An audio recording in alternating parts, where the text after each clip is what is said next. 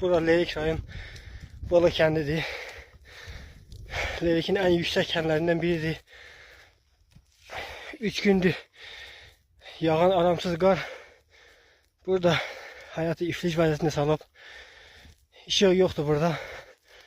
Qaz ümumiyyətlə yoxdur. Qar demək olar ki 1 metr 40 santim 1.30 santim yağıb.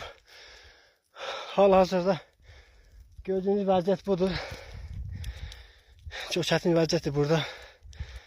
Çünki qarın hələ də yağmağa davam eləməsi bu vəziyyəti biraz da gərginləşdirə bilir.